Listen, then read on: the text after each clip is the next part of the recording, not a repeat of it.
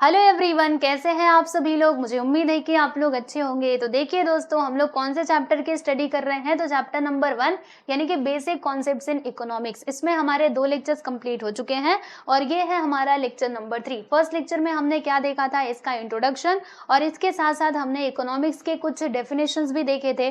फिर lecture number 2 में हमने डिस्कस किया था दोस्तों माइक्रो इकोनॉमिक्स के बारे में। ठीक है, मतलब उसके जो भी सबसे पहले हमने ये समझा था कि माइक्रो इकोनॉमिक्स क्या होता है, फिर उसके बाद उसके बेसिक कॉन्सेप्ट्स होते हैं वो हमने देखे थे। अब यहाँ पर इस लेक्चर नंबर 3 में हम समझने वाले हैं जो हमारा दूसरा कैटेगरी है ना इकोनॉमिक्स का, वो कौन है, मैक्रो इकोनॉमिक्स। ठीक है, इसके बारे में हम यहाँ पर इस लेक्चर नंबर 3 में पढ़ने वाले हैं। तो चलो फिर इस वीडियो को हम स्टार्ट करते हैं। तो यहाँ पर चलो हम आ जाते हैं सबसे लास्ट में, क्योंकि मैक्रो इकोनॉमिक्स हमारा लास्ट टॉपिक है इस चैप्टर नंबर 1 का। तो देखो दोस्तों, यहाँ पर अगर मैं आप लोगों से बात करूं, पहले ही मैंने आपको बता दिया था माइक्रो मतलब क्या होता है, छोटू।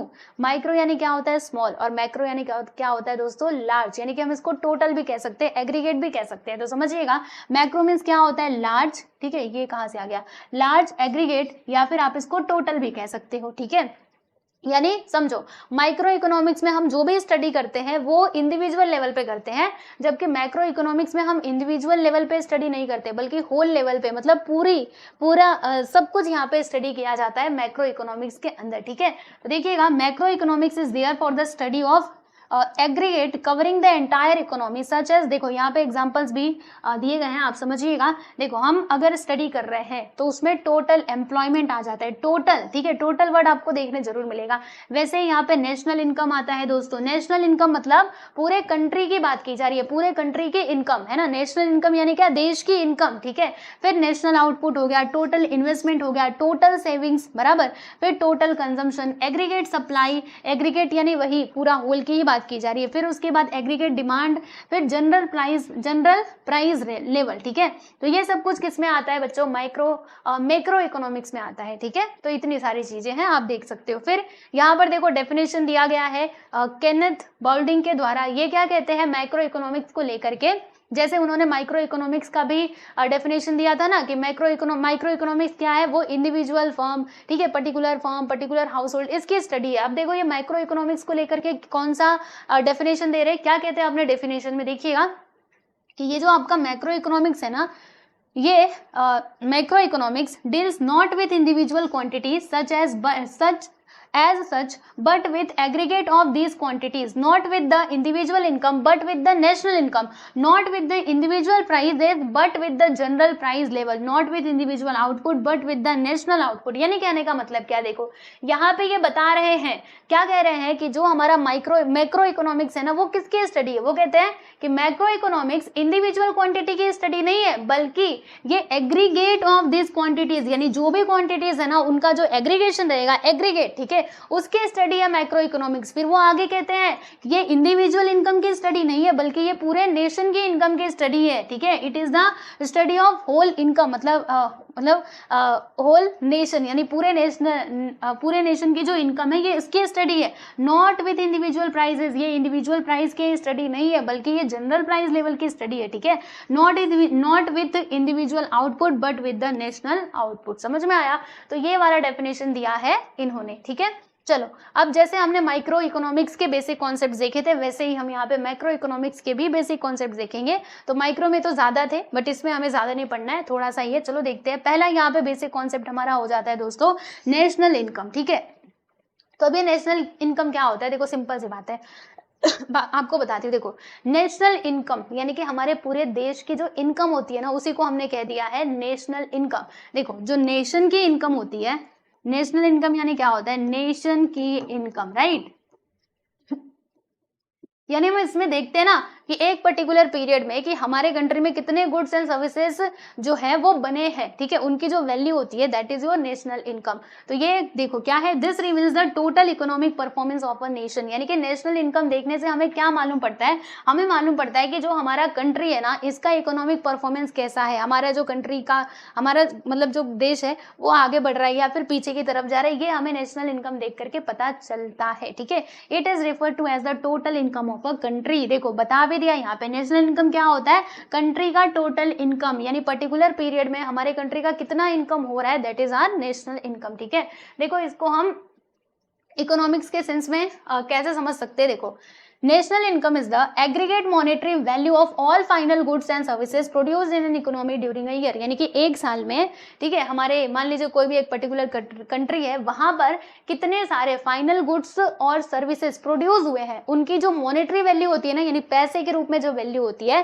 That is your national income. ठीक है, कितने गुड्स बने, कितने सर्विसेज बने, और याद रखना यहाँ पे फाइनल गुड्स की बात की जा रही है बच्चे, ठीक है, बीच वाला गुड्स नहीं। फाइनल गुड्स का मतलब क्या हुआ कि रॉ मटेरियल आप लेकर के आए, उसका आपने यूज करके वो गुड्स को बनाया, तो वो जो गुड्स का प्राइस होगा that is your final goods का प्राइस। समझ में आया? आप रॉ मटेरियल ला रहे हो, उसका प्राइस आपने अलग से जोड़ा, फिर ये जो फाइनल गुड्स बन करके तैयार हुआ, इसका प्राइस आपने अलग से जोड़ा, तो ऐसे नहीं चलेगा। ठीक है, आपको क्या करना पड़ेगा, बस जो फाइनल गुड्स है ना, उसकी वैल्यू को ही यहाँ पे कंसिडर करना पड़ेगा। ठीक है, तो उसी को हम कहते हैं दोस्तों नेशनल इनकम। ठीक है, चलो अब देखो यहाँ पे नेशनल इनकम कमिटी ने भी डेफिनेशन दिया है नेशनल इनकम का, तो समझे इसको।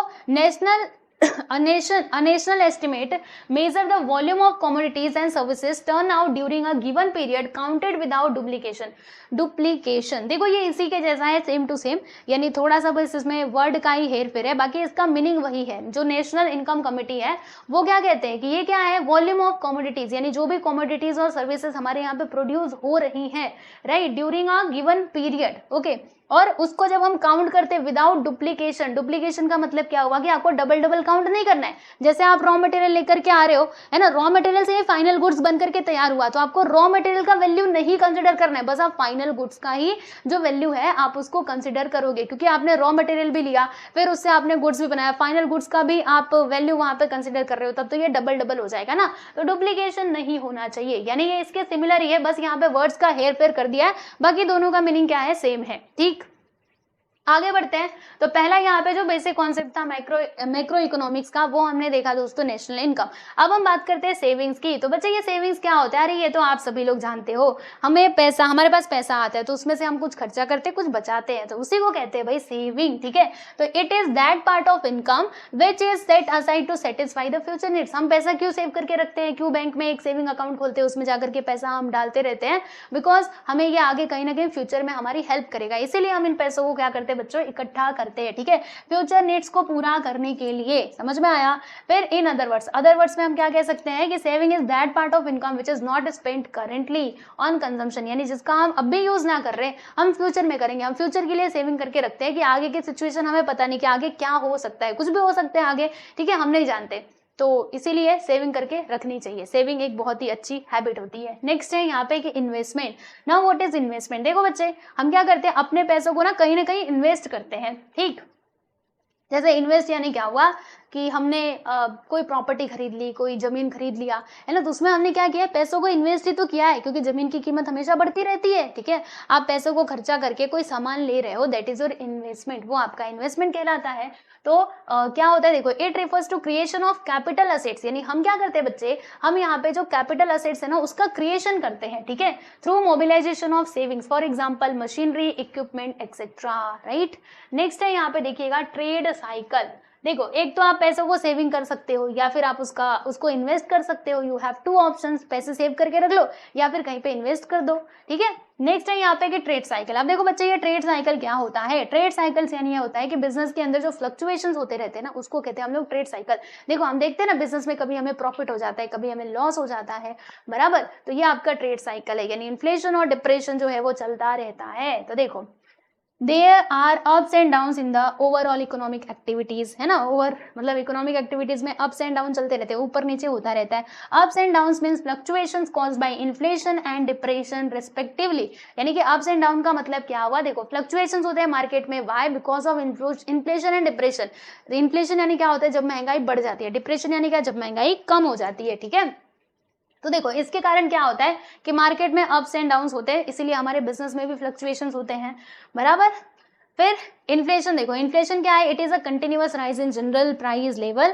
डिप्रेशन क्या है, तो it is a continuous fall in overall prices and lowering down of economic activity in general. ठीक है, नेक्स्ट है यहाँ पे दोस्तों economic growth and economic development. Now what is economic growth? तो जब हमारा इनकम, इकोनॉमिक मतलब जो चीजें हैं, इनकम है, वो इंक्रीज होता है, that is our economic growth. ठीक है, तो इसको हम जरा समझते हैं। देखो, ये जो है ना बच्चे, ये हमारा क्वांटिटेटिव डायमेंशन है। The term economic growth has a quantitative dimension, जबकि इकोनॉमिक डेवलपमेंट क्या है दोस्तों क्वालिटेटिव डायमेंशन है। यानी कहने का मतलब क्या है, इसमें बस हम क्वांटिटी को देखते हैं कि पहले उस बार हमारी जीडीपी इतनी थी, अब इतनी हो गई, तो हम यहाँ पे देख रहे हैं अरे हमारा तो इकोनॉमिक ग्रोथ हो रहा है, लेकिन क्वालिटी भी तो देखो, आपका इकोनॉमिक ग्रोथ हो रहा है लेकिन लोगों की जो सिचुएशन है, एजुकेशन, हेल्थ फैसिलिटीज, ये सब कुछ सुधर रही है कि नहीं, ये भी आपको देखना बहुत जरूरी है। ठीक है, तो वो इसमें आता है, वो इकोनॉमिक डेवलपमेंट में आता है। जबकि इकोनॉमिक ग्रोथ में बस हम पैसा देख रहे हैं, पहले पिछले साल हमारी जीडीपी इतनी थी, इस साल इतनी हो गई, अच्छा अगले सालों में इतनी होने वाली है, बस यहाँ पे हम पैसे वाला ग्रोथ देख रहे हैं। लेकिन एक्चुअल में ग्रोथ कब हो पाएगा, ठीक है, जब आपकी क्वालिटी भी सुधरेगी, है ना।